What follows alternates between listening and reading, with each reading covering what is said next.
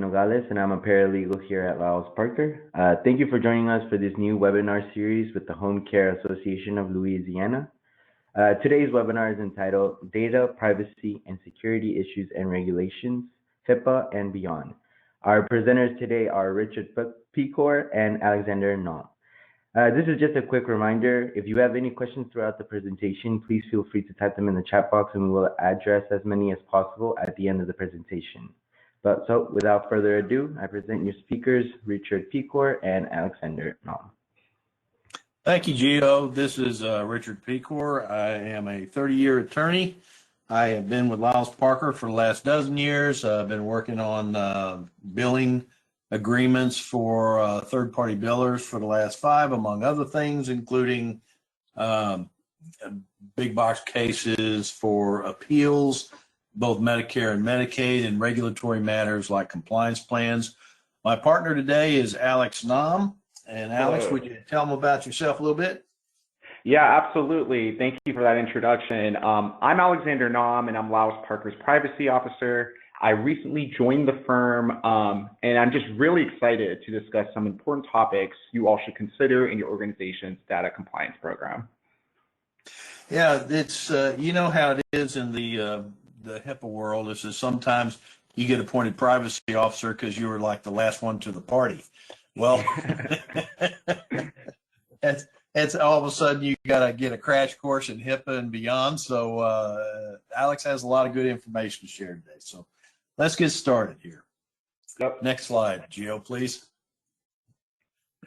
Okay, as always, this outline is just for general information, educational purposes. It's not creating an attorney-client relationship. It's not designed toward a specific case situation. If you think or recognize something that you think is going to create a legal issue for you, you need to consult a healthcare attorney. So with that said, you know, the information given herein is not designed for any specific set of facts or situations. So you need to consult with an attorney for your own matter. Next slide. Gio, would you take her? Well, I'll take it. So in this webinar, we'll discuss why data compliance is important, including touching on the various complaints, incidents, and penalties organizations have faced because of failures in their data compliance program. We'll additionally discuss other elements your organization should consider to have a successful compliance program, including the HIPAA security rule, how to act when a breach occurs, patient right of access, information blocking, data security in the age of social media, the future of HIPAA, and other data compliance tips. Let me just go to the next slide. So to begin, it's important to understand that as of October 31st of this past year, HHS OCR received close to 345,000 complaints of privacy violations. 345,000. Among that astonishing number of complaints, 67% were resolved with corrective action plans, and 33% were later determined to not be in violation. However, among the organizations who were in violation, 138 cases were settled with monetary fines, while 1,979 of the cases were referred to the DOJ for criminal prosecution because they involved the known disclosure of protected health information, which we'll refer a lot to as PHI. In the full calendar year of 2023, 546 incidents reported to OCR involved the release of PHI affecting 500 plus patients. Some incidents in the tens to hundreds of thousands of patients affected. A majority of those incidents were a result of hacking or IT mishaps, while a little over 14% were a result of unauthorized access or disclosure, including unsecured network servers, accidental or misused email communications, or EMR. We can go to the next slide. So I mentioned monetary fines in the last slide, but here's a breakdown of how these fines are assessed. I want to stress the importance of having a comprehensive data security program, allowing you to detect and respond to incidents as soon as possible. This program should also include conducting a yearly security risk assessment with all of your employees. Not only will it greatly help prevent breaches or unauthorized disclosures, but evidence that your organization conducts a security risk assessment has often served as a mitigating factor when determining fines and other potential penalties. which you can see by this breakdown, fines can range from the hundreds of dollars to the tens of thousands of dollars per incident, potentially totaling in the millions. The severity of the fines depend on how the incident occurred, how the organization responded to the incident, and other factors. And we can head to the next slide. So as I previously mentioned, not only can your organization face monetary fines, but members of your organization have the potential to even face criminal penalties. These criminal penalties are determined by how the breach occurred or how you responded to the breach. Did your organization ignore it? Or was your organization so neglectful that you should have known of the breach? Or was the breach a result of bad actions, which can include obtaining the PHI under false pretenses, disclosing a PHI for personal gain, which can include selling PHI to data brokers. These criminal penalties can range from several months to up to 10 years in jail, depending on the severity of the action. Alex, I apologize. I said Gio when I meant Alex. Yeah, no, all good. It happens sometimes. Yeah. I'm going to talk a little bit now, and thank you for that, Alex. I also wanted to mention that you had mentioned hacking. Just make folks aware that that's really on the upswing, and it's not just for data. It's also for your personal data and getting to patients' personal data and what's called confidential or sensitive information. We'll cover that in a little while. But just to make you aware, where your credit card information gets stolen at a gas pump or something like that, that is on the increase, and it is a big thing in the Dallas area right now. So just wanted to make you all aware. So the HIPAA security rule was first published in February 2003. Covered entities must ensure the confidentiality, integrity, and availability of all ePHI they create, receive, maintain, or transmit. In other words, if you come into contact with it, you have a responsibility to protect it. You have to identify and protect against reasonably anticipated threats to the security or integrity of the information. That means you got to take steps, both electronic and physical. You have to protect against reasonably anticipated impermissible uses or disclosures. And that's going to mean, security within the organization to keep it from being disclosed outside the organization to unauthorized third parties, and ensure compliance by your workforce, which means they're following proper procedures for password protection, accessing minimal necessary, that sort of thing, controlling things like memory sticks, so you don't have those floating around, and of course, securing any laptops. We'll talk more about that later. Next slide, please. Security risk assessment, that's a big thing now. Just do it. The risk analysis and remediation is a continual ongoing process. It is required. You see a number of links here. The HHS's security risk analysis tool can be found at this particular link, and y'all will get a copy of the PowerPoint. The NIST HIPAA Security Toolkit app can be found at this link. The 2010 guidance for risk analysis requirements under the HIPAA security rule is a pretty good PDF to read. And also the HHS security rule guidance material is a page that's got a number of resources that you can access and find more information on this, both from the technological and just common sense approach for it. Next slide, please. So while encryption is not technically required by the security rule, at least right now, it is about the only way to achieve security. So encryption's a must. You got to put it on all your devices, especially those in the field. Remember, if PHI can't be accessed, then the four-factor analysis is favorable. So approximately a third of the settlements and resolution agreements involve loss or theft of unencrypted devices. You can check your stats right there. Guidance to render unsecured protected health information unusable, unreadable, or undecipherable to unauthorized individuals can be found at the following link. And the NIST guide to storage encryption technologies for end user devices can be found there. These are all very good resources. You should look at them, read them, and consider what they say. Next slide, please.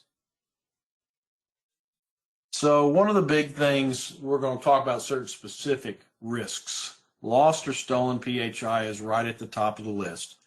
There are serious security risks, and by that I mean penalties, when PHI and ePHI is left out in the wild. Don't forget that this is causing real damage to the patients that are affected by this.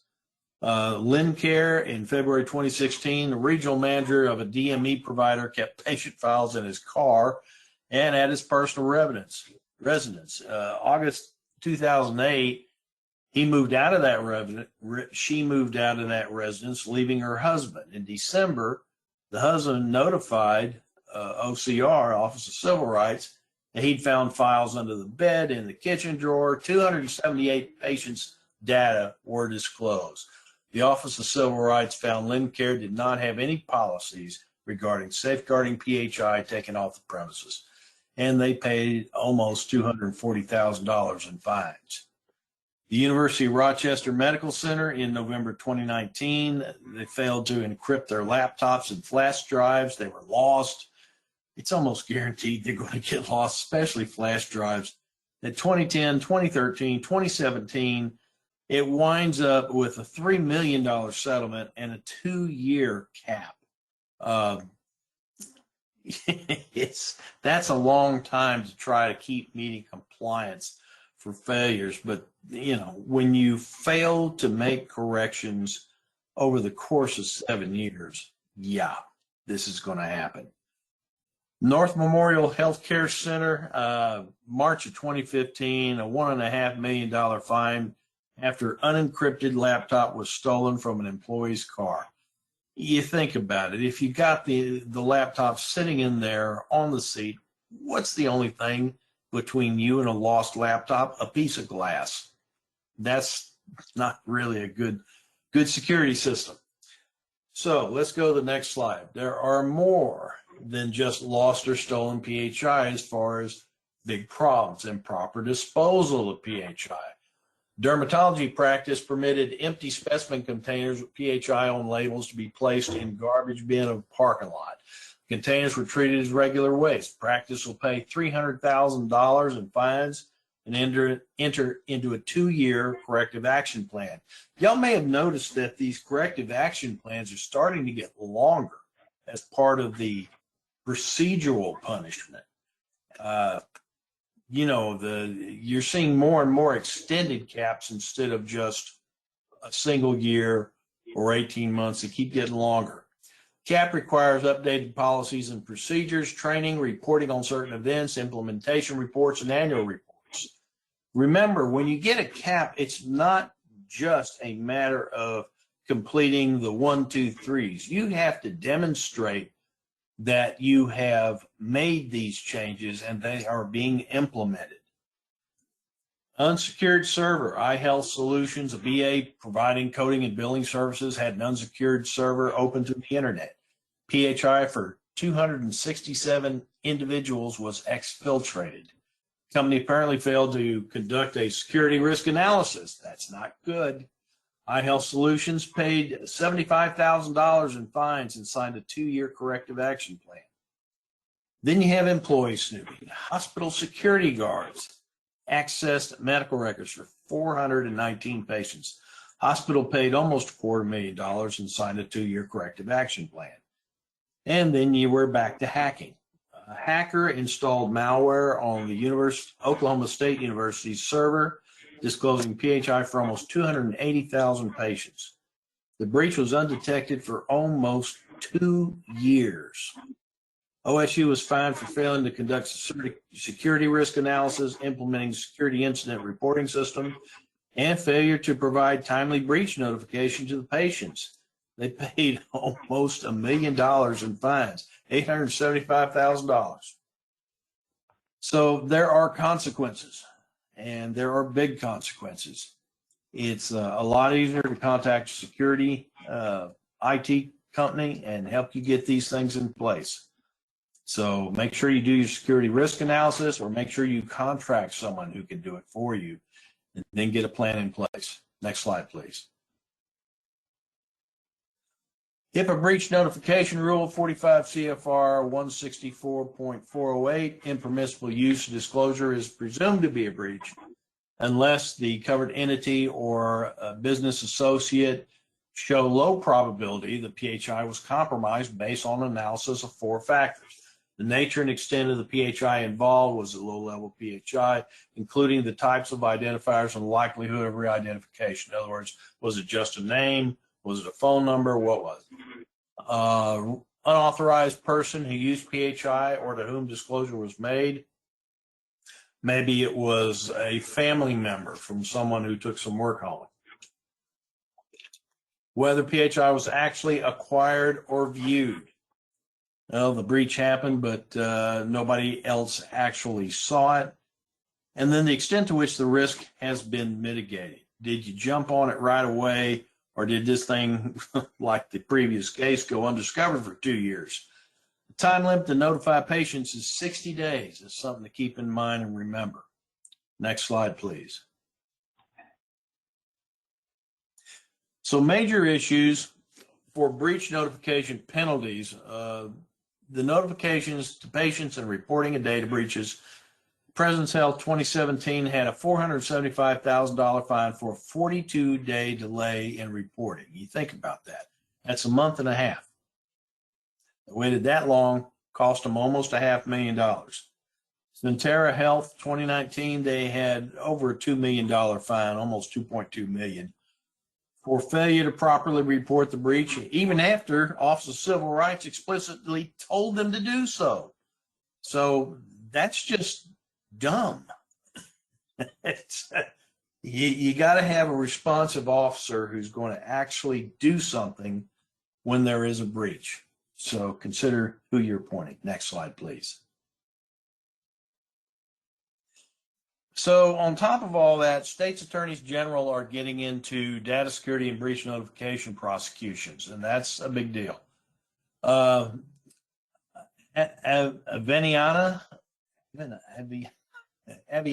I guess. Aviana Healthcare, November 2022.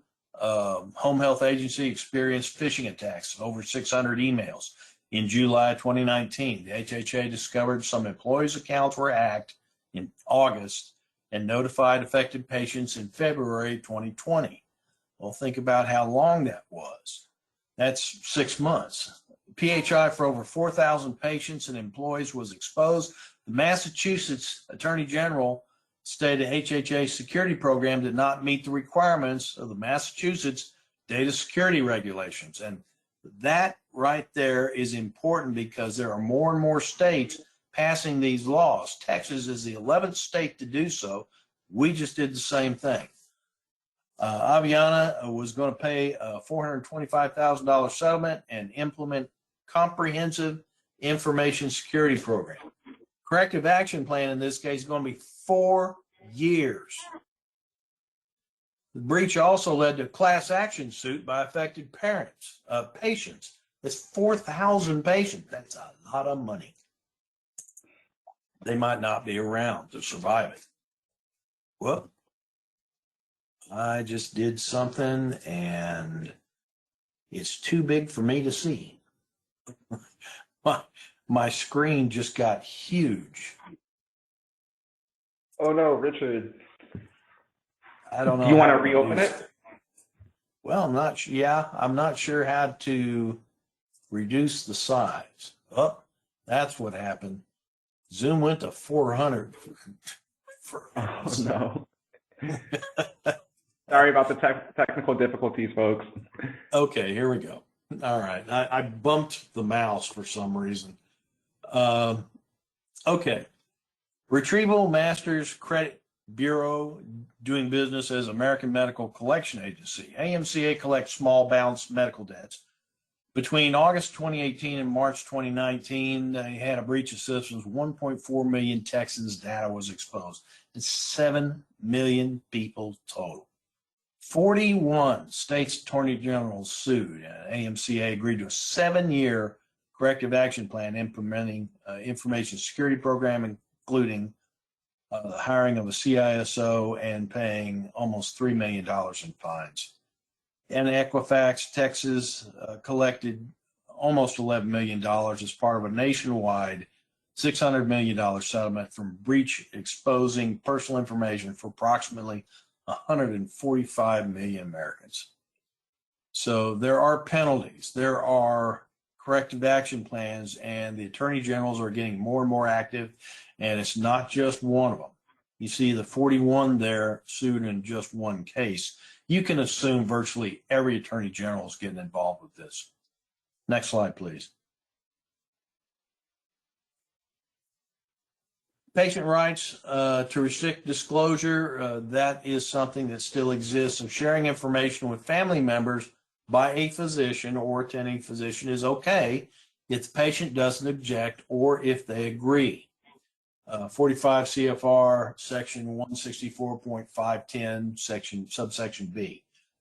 Beware of disclosures involving mental health. That'll come back in a minute. We'll talk about that.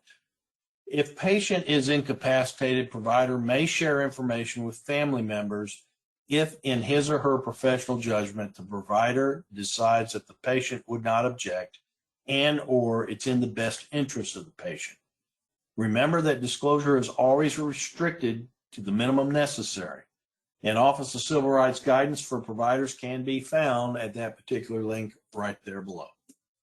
Next slide, please.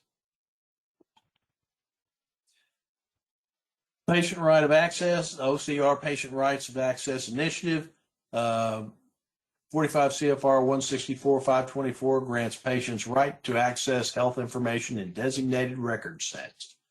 The personal representative of the patient has the right to access PHI as well as instruct covered entity to transmit a copy of the PHI to the designated person or entity. 45 entities, large and small, have entered into the resolution agreements and paid fines to resolve them. Next slide, please. I'm going to try to pick up the pace just a little bit. HIPAA information blocking. This is something that Alex mentioned. Information blocking rules can be found at 42 CFR Part 171. They were first published in May of 2020.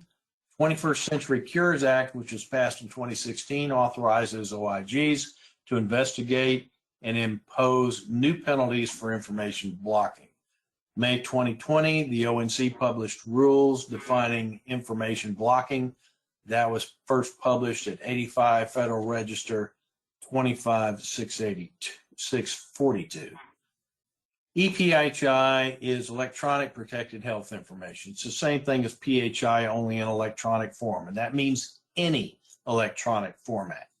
Does not include psychotherapy notes or info compiled for use in civil, criminal, or administrative proceedings.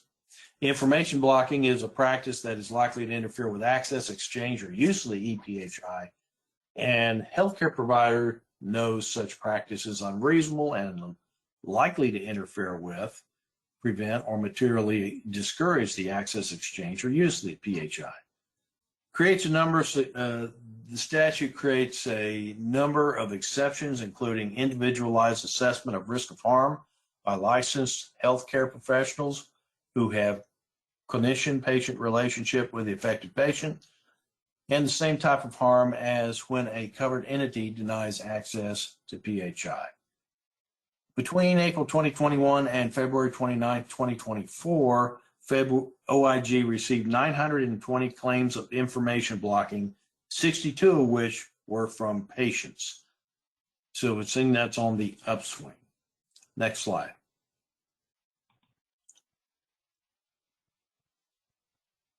So continuing, OIG information blocking final rule for imposing penalties on health IT companies was first published July 3rd of last year and includes health information networks and health information exchanges. HHS published a draft of new information blocking rules for some healthcare professionals on October 30th of last year. OIG is the main investigative agency for information blocking. Currently, it's only aimed at hospitals and MIPS eligible clinicians, such as physicians, MDs, DOs, NPs, PAs, physical therapists, occupational therapists, social workers, etc. It will be expanded to other clinician types in the future. So expect them all to come under the umbrella. Patients can report potential blocking via the information blocking portal. There's a link in that section right there. So when you get the PowerPoint, you can click it. Penalties, MIPS is meaningful user denial, and Medicare Shared Savings Program removal. Penalties will also be published on ONC's website, similar to OCR's Wall of Shame for breaches of 500 or more individuals. Next slide, please. And here's just some data charts outlining between 2021 and 2024 the submissions that have gone into the blocking portal. You see the total number of submissions, 987. Total number of possible claims for information blocking, 920. And the total number received that did not appear to be claims of potential information blocking, very small. So if it gets reported, it's going to be a likely claim. By types of claimant, you can see far and away the patients are the ones that are most affected. So if there is a claim for information blocking, it's being unduly blocked to the patient. Next slide. Alex, would you jump in here? Definitely. So in this new age where social media dominates our daily lives, or at least the daily lives of your younger employees, it's important to factor this into your compliance program. For example, CMS published a memo on long-term care staff's use of social media, especially photographs, and we included a link that you guys can look at after the presentation. Key things your organization should consider: make sure you have a policy in place over the use of social media in the workplace, and have your staff sign an acknowledgement agreement. If photographing, obtain patient consent and limit the distribution to as minimum as necessary. Any posting involving personally identifiable information requires patient authorization. HIPAA applies not only to your personal social media accounts, but also to your corporate ones.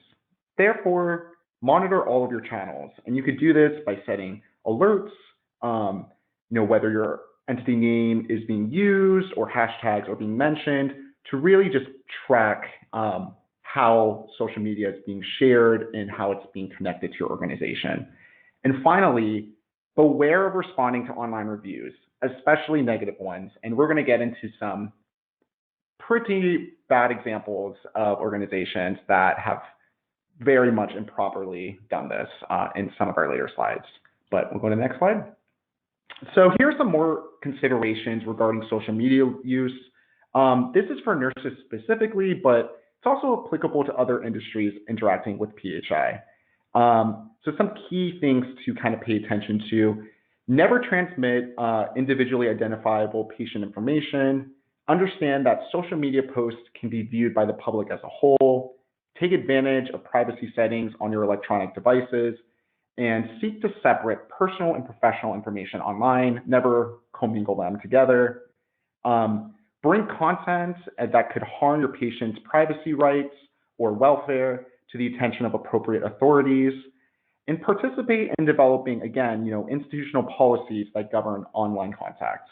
And we'll go to the next. So here are some of those negative examples that I mentioned previously. In recent years, OCR has ramped up enforcement regarding social media use.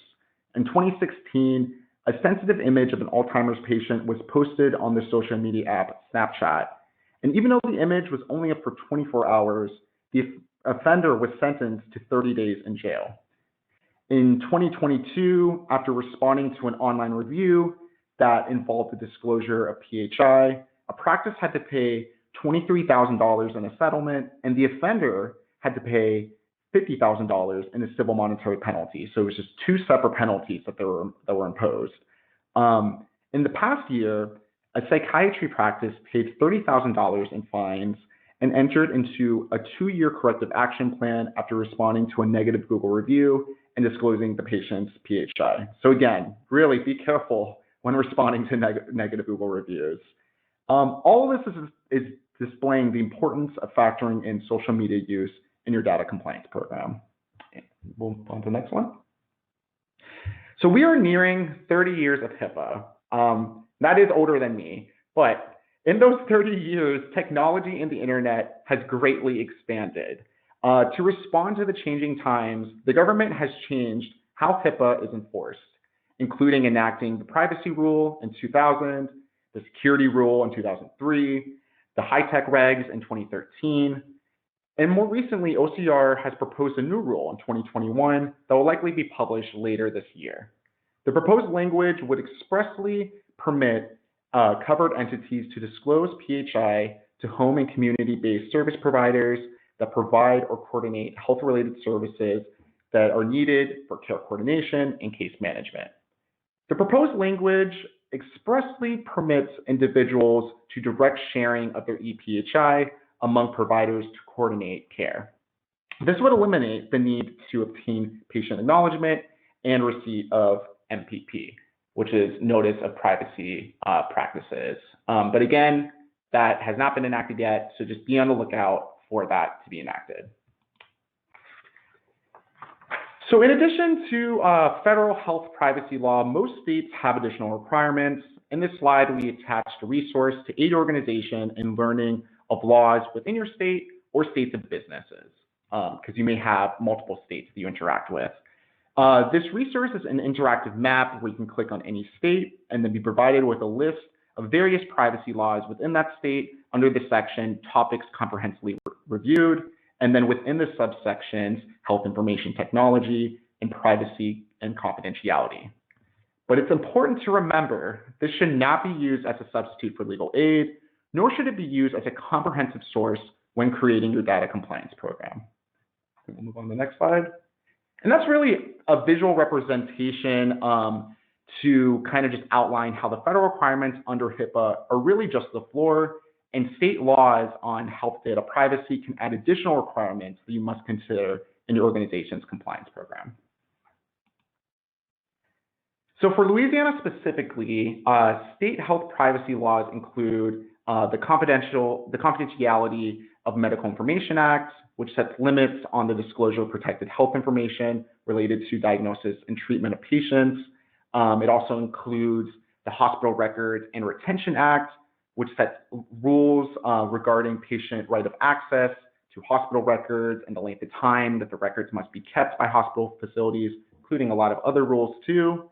However, as the date of this presentation, Louisiana's health data privacy laws do not add additional requirements outside of those under the federal rules. And we can pass this back to Richard to talk about Texas. Thank you, Alex. When you're talking about Texas, you're talking about the Medical Records Privacy Act. That's Chapter 181 of the Texas Health and Safety Code. It parallels HIPAA rules as virtually every state mirror statute does. The differences in this case are some additional restrictive aspects, which are new employees have to be trained on PHI protections within 90 days of employment. When they first started out, it was much less. They went 30 days, then 60 days. Now it's 90, which is more reasonable. The patients to be given access to their ePHI within 15 days of a written request. So if you get an email request, it's got to be back in their hands 15 days, or you made arrangements for them to pick it up. If it's printed, or if they want it mailed somewhere, you have to make sure where it's going to be received. You can't just mail it to the household. So maybe by signature or a courier. That might be if you can make specific arrangements. Now, be aware that the federal government is moving toward the 15-day requirement. Right now, it's 30 days, but I've seen a lot of rumblings that says that there is momentum for this, so I would not be surprised if that happens soon. 15 days, 2 weeks on electronic records, let's face it, that's plenty of time. So there's no reason why you can't comply with that. Texas Attorney General created a standard patient authorization form. It's out there for you to find and use. And penalties are serious. Up to $5,000 penalty for negligent violation, $25,000 for knowing or intentional violation, up to $250,000 where the PHI was knowingly or intentionally used for financial gain, or you can be excluded and have your licensing action taken. That's the nuclear option. You see that these penalties for fun is over and above the federal penalties that you're looking at. So be aware. If there's a serious violation, it could be pursued under both federal and state law. Next slide, please.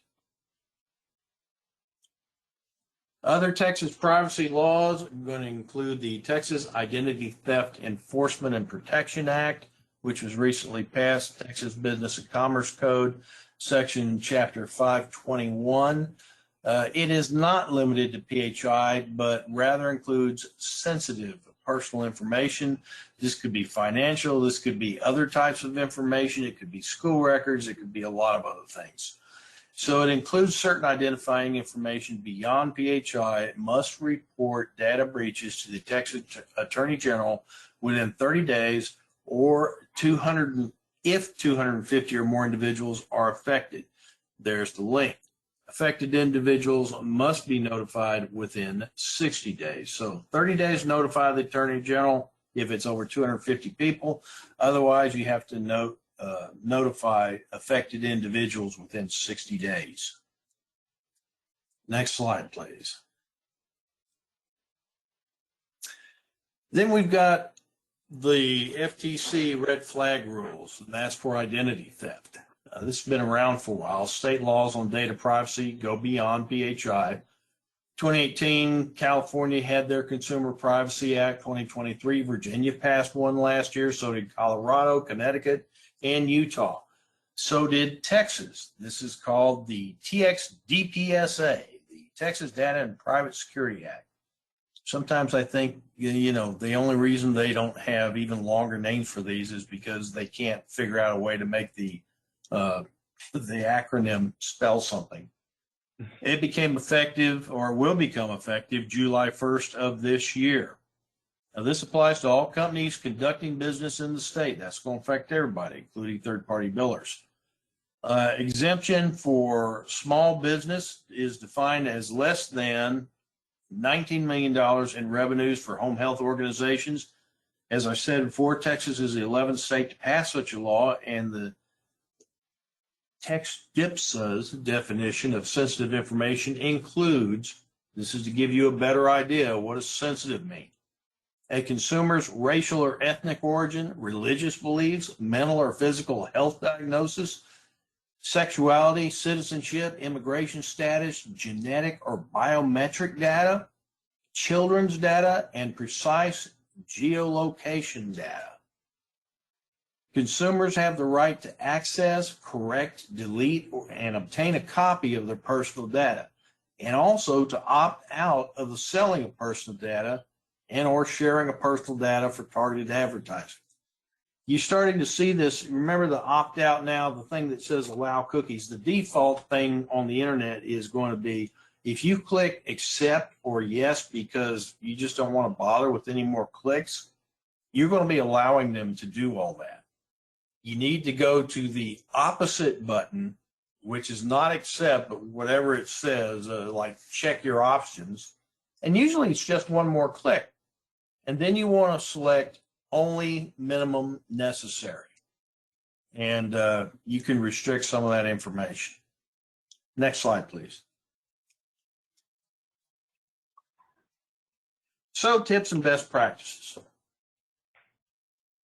Know what the data privacy and security requirements are. That's the simplest one. I mean, you got to start there, know what they are, both federal and in your state. Assign a person whose job it is to understand privacy and security. Right, Alex? Yeah. And that poor individual is going to get, a bunch of statutes dumped on them and say, okay, digest it. But you have folks like us who are going to help you with the education. Make sure your policies are up to date. Now, that's really important. How many times, Alex, have you and I seen policies that are outdated? They haven't been brought up to date. How many compliance plans have we worked on where we've had to help a practice or a provider get up to speed after they've had a breach incident, and then we've had to help them get their compliance back in order with a new compliance plan? Far too many. Yep. Make sure you have correct policies. Often it's not just outdated policies, it's that there are policies that are missing for other types of procedures. Something that should have been addressed before now. Things like weapons on the property. What's your policy for that? Make sure you conduct a security risk analysis periodically. Well, you need to be doing one annually, if not sooner. And after any major changes or a breach, if the practice is sold, that sort of thing. Train your staff. New employees have to get trained within 90 days. Others, at least annually. It says recommended annually. I'm saying no. I can tell you, I was in the safety industry for 8 years. You have to train at least annually. You have to, or people are going to get hurt. Be ready for a breach. Have individuals designated in a toolkit ready. Know what to anticipate it. It's going to happen sooner or later. If it doesn't, you never have to use it, but you're prepared. You're ready. Monitor your social media. Alex, you were talking about this, is that you want to be very careful about what you say, how you respond. You never want to talk about individual patients or situations in a public platform, which is what that is.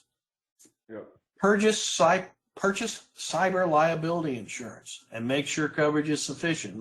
Cyber liability insurance is something new. It's kind of like litigation insurance. If you can afford either or both, they're a really good idea. Consider if you can use information blocking rules to your advantage. And I think we're getting toward the end here. The last one, if in doubt, ask. Alex, do you have anything you'd like to add? No, I think we covered everything. Well, do we have any questions, Gio?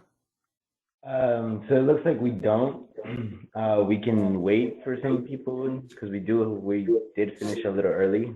I think folks are probably ready to get back to lunch and do whatever they're doing. They have their last 20 minutes. We finished a little early today. It's a lot of information. We do appreciate y'all coming and listening in today. I just want to invite y'all back to the next one, and thank you. Yeah. Thank you so much to our presenters, Richard and Alexander, for that information. And thank you to our attendees for joining us today. I will be sending a copy of the PowerPoint slides tomorrow. And if you have any further questions, please reach out to them, and I can see on the screen. But have a great Tuesday. Thank you, y'all. It was a pleasure talking to y'all today.